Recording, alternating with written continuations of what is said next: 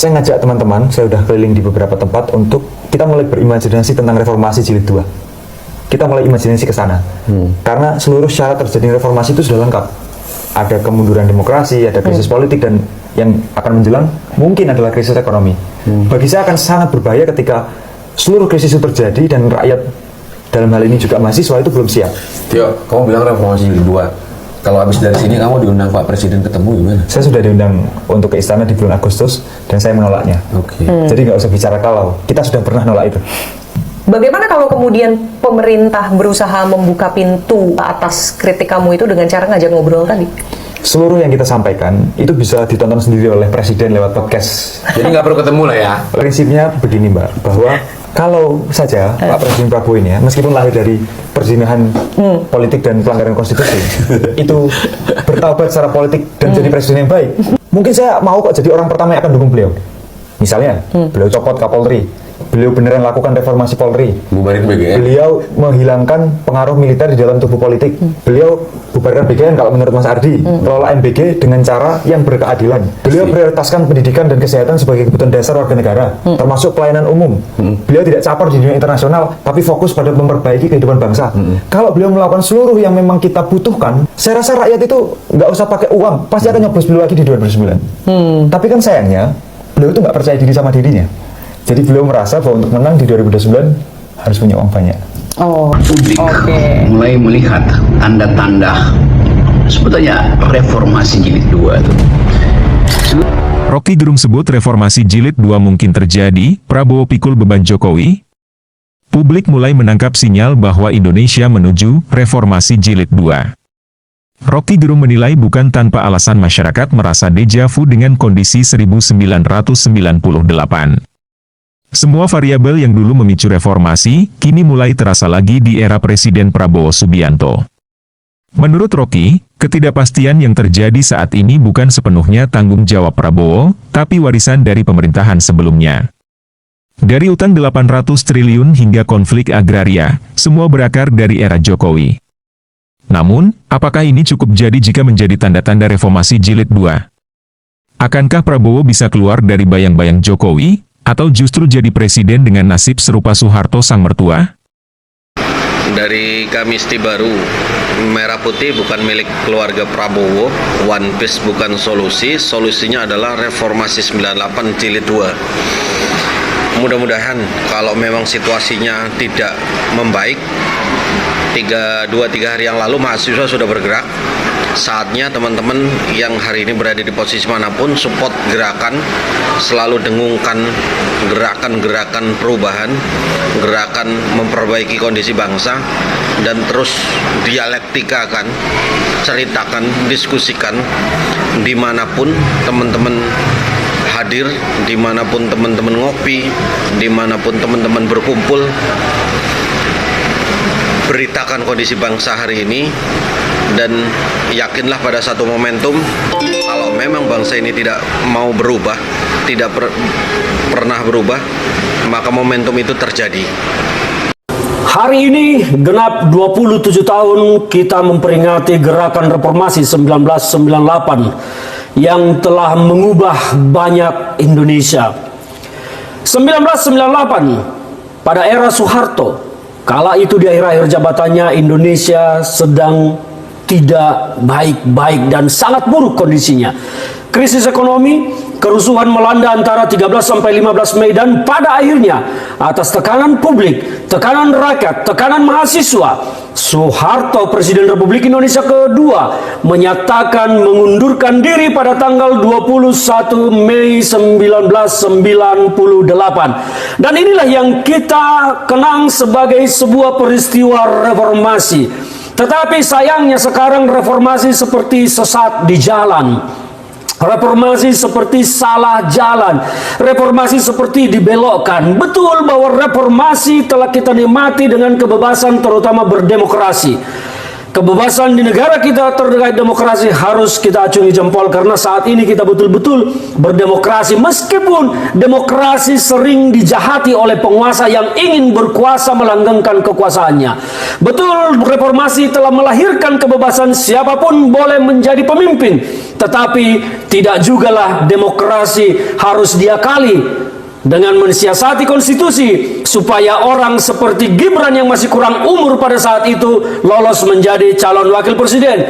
Itu bukan tujuan reformasi. Tujuan reformasi adalah agar Indonesia mendapatkan kemerdekaan dalam berdemokrasi, mendapatkan pemimpin-pemimpin yang berkualitas dari demokrasi yang bebas, bukan mendapatkan pemimpin yang buruk dan lebih buruk dari era sebelum reformasi. Inilah, kalau kita melihat sekarang, banyak aktivis-aktivis 1998 yang justru sekarang lari dari apa yang dia perjuangkan bersama idealismenya pada 1998. Banyak aktivis 98 sekarang yang justru menjadi hamba penguasa, menjadi hamba kekuasaan, dan menjadi penjilat kekuasaan. Mereka sekarang bertebaran di mana-mana di jantung kekuasaan. Ketika dulu mereka menolak rangkap jabatan, mereka sekarang justru pelaku rangkap jabatan. Ketika dulu mereka menolak perbuatan korupsi, mereka justru sekarang menikmati situasi yang korup. Ketika mereka dulu melawan penegakan hukum yang tidak berperi kemanusiaan dan tidak berkeadilan, justru mereka sekarang adalah bagian dari ketidakperi kemanusiaan itu dan bagian dari ketidakadilan itu. Reformasi telah disesatkan, reformasi telah dibelokkan, dan reformasi dibuat sesat di jalan. Lihatlah sekarang bagaimana aktivis-aktivis yang kita kenal dulu senior-senior ini adalah pemilik suara yang lantang dengan idealisme kuat, tetapi mereka sekarang sudah berdiskusi di hotel-hotel mewah bersama penguasa. Mereka sekarang duduk di lobi hotel-hotel mewah sambil menikmati kopi yang mahal bersama penguasa. Mereka telah kehilangan idealisme. Lantas sekarang, hei adik-adik mahasiswa, di mana idealismemu sekarang? Kita tidak boleh kehilangan idealisme yang sangat mahal tersebut. Kita tetap harus memegang idealisme tersebut. Cobalah kita lihat sekarang kondisi negara Republik Indonesia ini. Sistem pemerintahan kita pun seperti tidak jelas.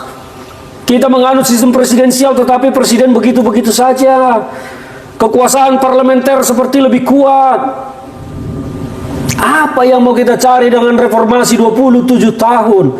Ataukah kita harus mengulang sebuah reformasi yang baru untuk lebih menegakkan cita-cita arah perjuangan bangsa yang benar sesuai Undang-Undang Dasar 1945? Apakah kita harus melakukan kembali perjuangan masyarakat, pergolakan masyarakat untuk menggulingkan oligarki di negara ini supaya bangsa ini kembali pada ketujuan kemerdekaan yang telah disebutkan di dalam pembukaan Undang-Undang Dasar 1945? 27 tahun bukan waktu yang singkat. 27 tahun sudah masuk dewasa. Reformasi kita telah dewasa. Tetapi sayangnya reformasi yang telah berumur dewasa itu disesatkan dan dimabukkan oleh kenikmatan korupsi yang justru malah semakin luar biasa, lebih buruk daripada yang terjadi di masa Orde Baru.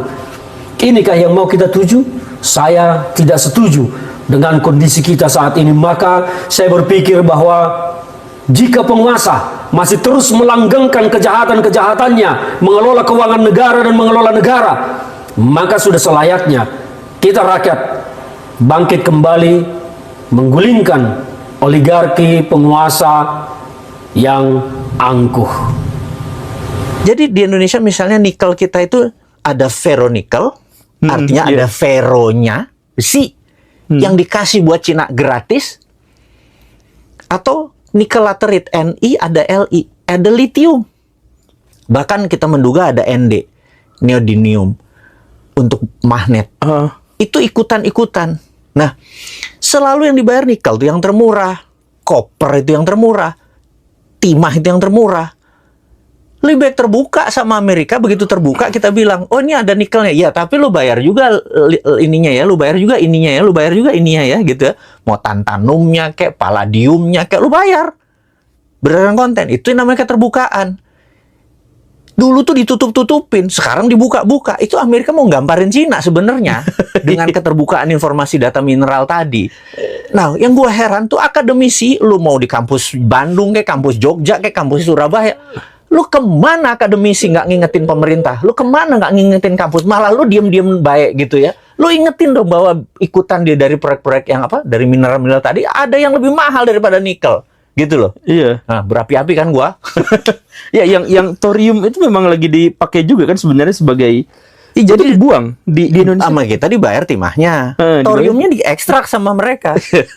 Diekstrak. Jadi kuncinya itu ingat, tambang-tambang besar itu hanya menghasilkan tambang-tambang yang banyak, misalnya kayak bauksit. Itu yang utama dong, ferro atau silika itu tambang-tambang utama.